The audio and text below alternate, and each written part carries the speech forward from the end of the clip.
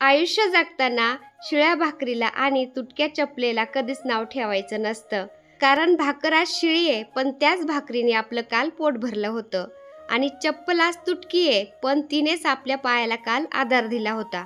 म्हणून तर मंडळी, आपल्या आयुष्यातील त्या प्रत्येक व्यक्तीला आपण कधीच विसरायचं नसतं ज्या व्यक्तीने आपल्याला वेळेला आधार दिलेला असतो. नमस्कार मंडळी, मी छाया आपल्या सर्वांचं आपल्या आणखीन एका नवीन व्हिडिओमध्ये अगदी मनापासून स्वागत करते.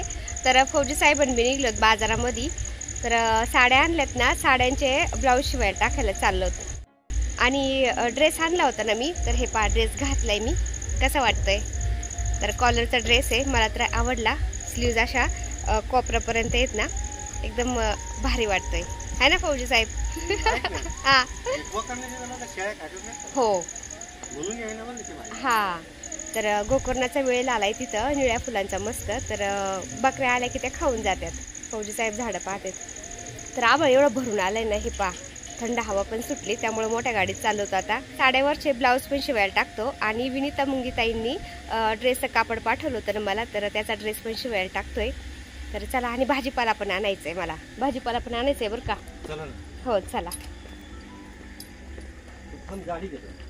हो नमस्कार. भाजीपाला घेऊन यावं म्हणलं जरा. मला माहित नाही, मला 9 दिवसाचे उपवास असतात. हो, त्यांना नाही दम निघत. हा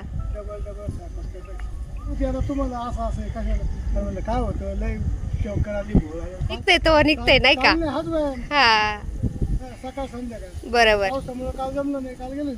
हा, आता एक घोरपडे काका आहेत ना, इथं पलीकडे जवळच राहतात ना, तर सकाळ संध्याकाळ ते असं इथं फिरायला येत असतात आणि फौजी साहेब असले ना, मग दोघांच्या मस्त गप्पा रंगतात. तर घोरपडे काका बोलत होते, त्यांच्या ताईंना आपल्या सोफ्याचे जे कवर बनवलेले आहेत ना, त्या भैयांचा नंबर लागतोय, त्यासाठी ते नंबर विचारत होते. सोफ्याच्या कवरवाल्यांनी इतके तंतोतंत छान असे माप घेऊन कवर बनवून दिलेले आहेत ना, भरपूर ताईंना ते कवर आवडले. तर काका असे कधी आले ना, खूप हसायला लावतात. खूप कॉमेडी स्वभाव आहे त्यांचा, मस्त हसून खेळून राहतात सगळ्यांच्या बरोबर.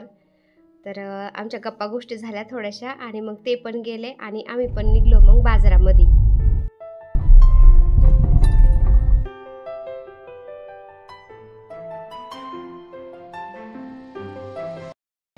तर ब्लाऊज शिवायला टाकले आणि चाललोत आता भाजीपाला घेतोत.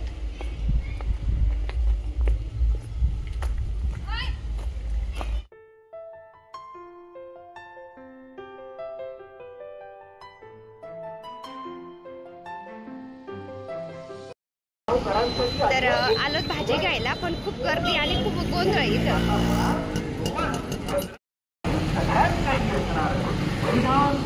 चला.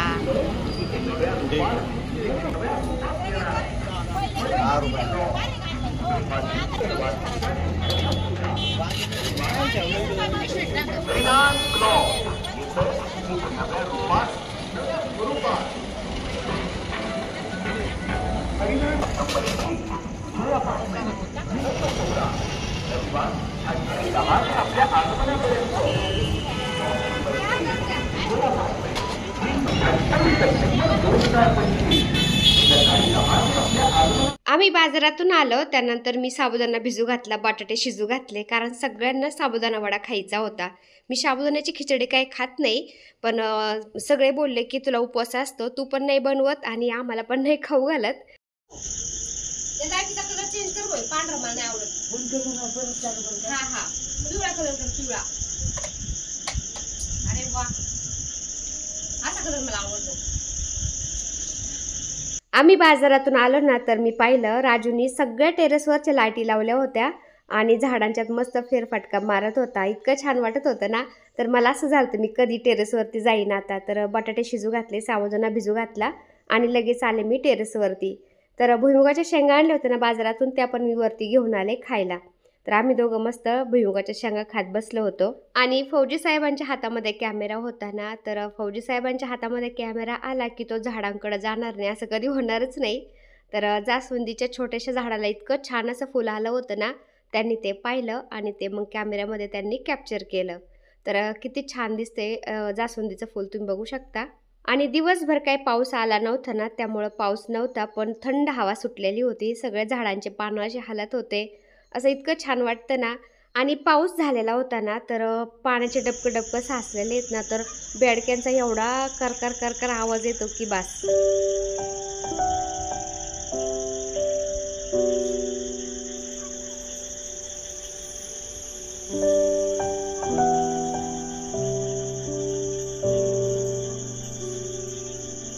आता राजूला असा अँड्रॉइड मोबाईल वापरायची सवय नव्हती. पहिलं त्याच्याकडे छोटासा मोबाईल होता असा बटनाचा. तर त्याला इथं केडगावमध्ये आल्यापासून मोठा अँड्रॉइड मोबाईल दिला आहे ना, त्याला त्यातलं काही म्हणजे जरा जमत नाही ना. त्याला असं मेसेज वगैरे आलं, काही झालं ना, तर मग तो आम्हाला विचारत असतो. तर मुलं म्हणा, मी म्हणा, त्याला मग असं समजून सांगत असतो. त्याला इंग्लिश पण वाचता येत नाही ना, मग त्याला असं मेसेज वगैरे आलं की जमत नाही, मग तो आम्हाला असं विचारतो. राजू, शंभर घेऊन जायचे थोडेसे वाटे.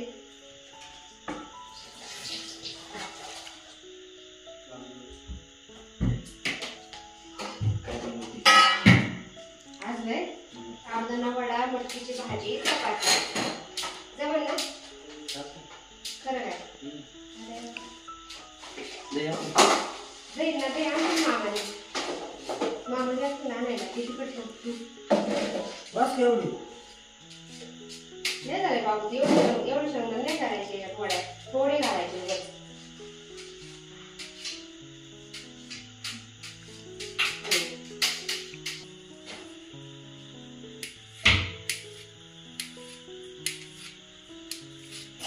छोटं मिक्सरचं भांडं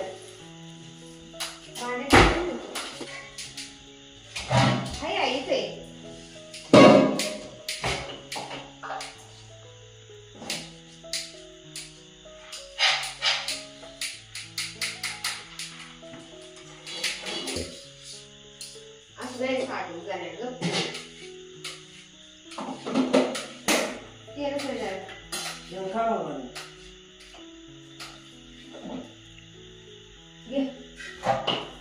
कडे लोखंडाची घेते.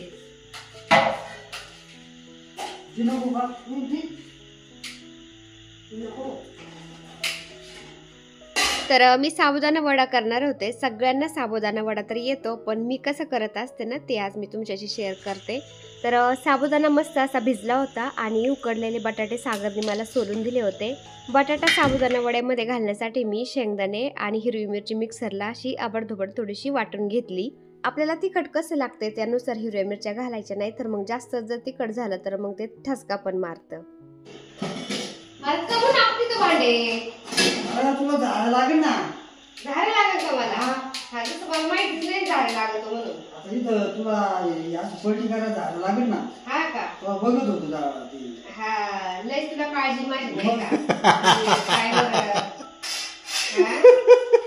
कळतच नाही झाड लागेल म्हणून साबुदाणा वडे काढायला. मग तो तुला झाड देतो सापडून. शेंगदाणे आबडधोबड वाटली मी याच्यामध्ये मिक्स केले. आता चवीनुसार मीठ घालायचं. असे उकडलेले बटाटे घातलेत, थोडेसे असे चुरगळून घ्यायचे, जास्त पण नाही बारीक करायचे. साबुदाणा वडा करायचं म्हटलं ना, बटाट्याशिवाय त्या वड्याला बाइंडिंग येत नाही, त्यामुळं बटाटा उकडलेला त्याच्यामध्ये घालायचा असतो. तर उकडलेले बटाटे मस्त मी त्याच्यामध्ये चुरगळून घेतले. याची खिचडी करतो की साबुदाणा वडा काढू?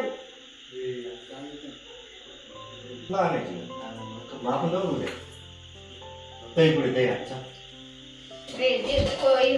फेटाने दही काढा.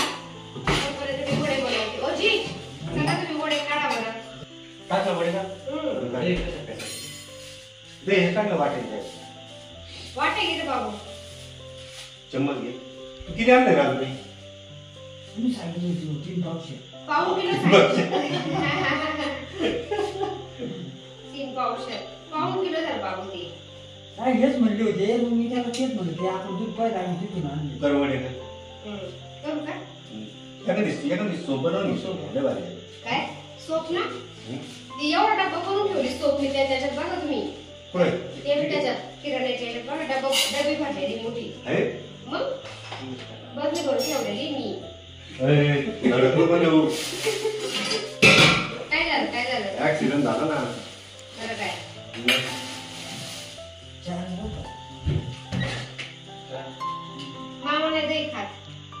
मग तुला खिचडी करतो का रे थोडीशी राजू? तुला वडा नाही आवडत म्हणलं खिचडी करतो थोडी. साबुदाणा वडा नाही आवडत त्याला. हे का? ठीक आहे बघ. हा मग किती बनवून ठेवली बघा ती. एकदम कुरकुरीत असं खाऊन बघा थोडी. मस्त वाटलं. हा अशी हवा पण त्याच्यात ठेवली ना. पाहिलं ते. हा दे ठेवून. ते थोडं बरं का हो? हा?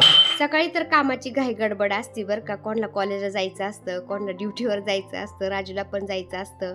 त्यामुळं सकाळी सगळ्यांची घाई गडबड असती. पण संध्याकाळी सगळे घरी आलेले असतात ना आणि निवांत असतात. तर मी असं किचनमध्ये स्वयंपाक करायला लागले ना, मग आसपास सगळे येतात, असे कामं पण करू लागतात आणि हसी मजाक पण चालू राहते. मामा, भाचे, मेवणा, दाजी एवढी हसी मजाक आणि एवढे डायलॉग होतात ना ताई, न हसू हसू पार पोट दुखत दुसऱ्याच. घरातल्या स्त्रीला सगळ्यांनी जर असं समजून घेतलं, कामामध्ये मदत केली, तर त्या बाईला काम करायचा कंटाळा येईन तरी कसं काय, तुम्ही सांगा ताईंनो. तर आमचे कामं संध्याकाळचं असे इतके पटपट होतात ना. सकाळी असती बरं का घाई गडबड सगळ्यांच्या मागे, जिथे आपलं आवरायचं वगैरे, पण संध्याकाळचं सगळे असतात त्यामुळे पटकन होतं. त्यामुळे मला थोडाफार संध्याकाळी वेळ मिळतो व्हिडिओला पण. त्यामुळं आजकाल माझे व्हिडिओ तर संध्याकाळीच येतात. तर साबुदाणा वड्याचं असं सारण बनवले मी, वडे बनवले आणि लोखंडाच्या कढईतच असं वडे तळते मी. लोखंडाच्या कढईत असं तळायचं म्हणलं ना, एकसारखं तळलं जातं आणि छान होतं. त्यामुळे मी असं तळायचं म्हणलं ना, लोखंडाच्या कढईतच तळत असते. हे तळू द्या थोडंसं.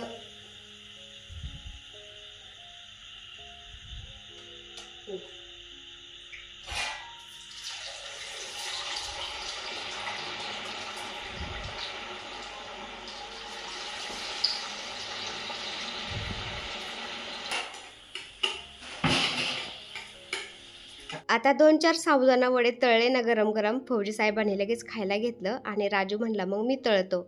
आणि फौजी साहेबांनंतर आता आकाश म्हणला मी लगेच खायला घेतो. तर असं साबुदाणा वडा गरम गरमच छान लागतो ना खायला.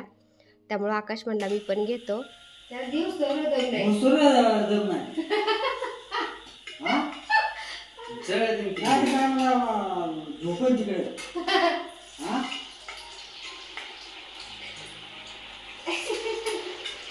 आता गरम गरम साबुदाणा वडा आकाश घेत होता ना, राजू काय म्हणतो, नाही तर किती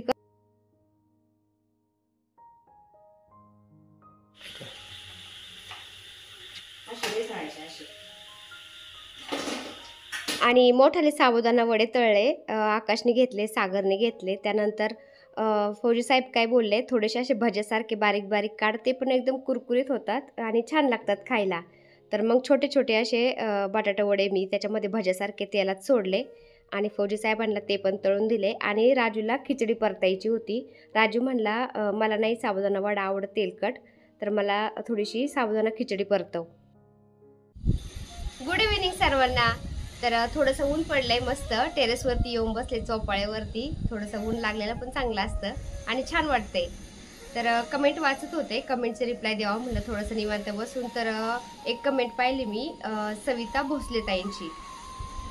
तर सविता भोसले ताई म्हणतात, नमस्कार छाया. छाया, आज देवीचं दर्शन झालं. छाया, तुझ्यासाठी एक कविता मी तयार केलेली आहे, पण ती नंतर पाठवल. तर थँक्यू ताई. भोसले ताई म्हणतात, छाया, माझं माहेर पैठण गोदाकाठी आहे. खूप पाण्याचा विसर्ग झाला आहे. माझ्या आईचं घर जुनं माळदाचं असल्यामुळे खूप भीती वाटते. छाया, मी आईला देखील म्हणले नाही, कारण पाऊस खूप जोरदार पडत होता. मनात वेगवेगळे विचार येत होते. खूप रडले. देवासमोर आई भवानी मातेला एकच मागणं आहे, आई वडिलांच्या आशीर्वादाने माझं खूप चांगलं झालं, मला सर्व काही मिळालं, पण तिचं एक छोटंसं घर होऊ दे. तर नक्कीच ताई, देवाच्या कृपेने, स्वामीच्या आशीर्वादाने नक्कीच आईचं एक घर होईल आणि आईला काहीच होणार नाही, आईच्या घरालाही काहीच होणार नाही, आई सुरक्षित राहील अशी मी स्वामींचरणी प्रार्थना करते. इतकं लोकांचं नुकसान झालंय ना ताईंनो, खरंच. काही ठिकाणी पूर आले, काही ठिकाणी घरं शेतं वाहून गेले व त्याचं नव्हतं झालं. आता हे उघडलंय 2 दिवसापासून ना, हे असंच उघडायला असावं, पाऊस पुन्हा येऊ नये. आता कधी कधी होत नाही, पाऊस व्हायसाठी प्रार्थना करावी लागते आणि आता झालाय तर एवढा झालाय का सगळंच लोकांचं वाहूनच घेऊन चाललाय पाऊस. तर पावसावरच एका ताईंनी मला कविता पाठवली, तर ती कविता मी तुम्हाला वाचून दाखवते आता. तर उज्ज्वला जेजुरीकर ताईंनी मला ही कविता पाठवली. उज्ज्वला जेजुरीकर ताई म्हणतात, खूप छान व्हिडिओ ताई, नमस्कार. नमस्कार ताई. तर ताई छोटीशी कविता पाठवत आहे तुम्हाला, जर आवडली तर व्हिडिओमध्ये नक्की सांगा. तर हो ताई, कविता तुम्ही पाठवली, खरंच खूप छान आहे. अक्षरशः कविता वाचून अंगाला काटे आले. तर मी तुम्हाला कविता आता म्हणून दाखवते. गाई गेल्या गुरे गेली, दावणीला सांगा काय बांधू, धान्य भिजली चूल भिजली, मुलांना सांगा काय देऊ. अक्षरशः अंगाला काटा येतोय.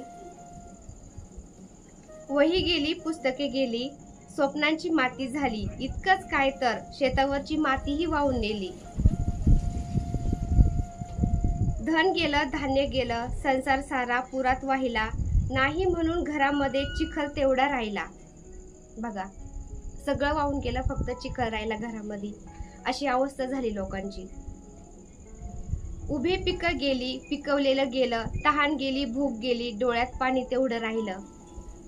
सगळे म्हणतात माणूस पापी झाला म्हणून सगळं घडतं, पण ज्याचं गेलं त्यालाच कळतं. बरोबर आहे, माणूस पापी झाला, मग मुक्या जनावरांनी काय केलं?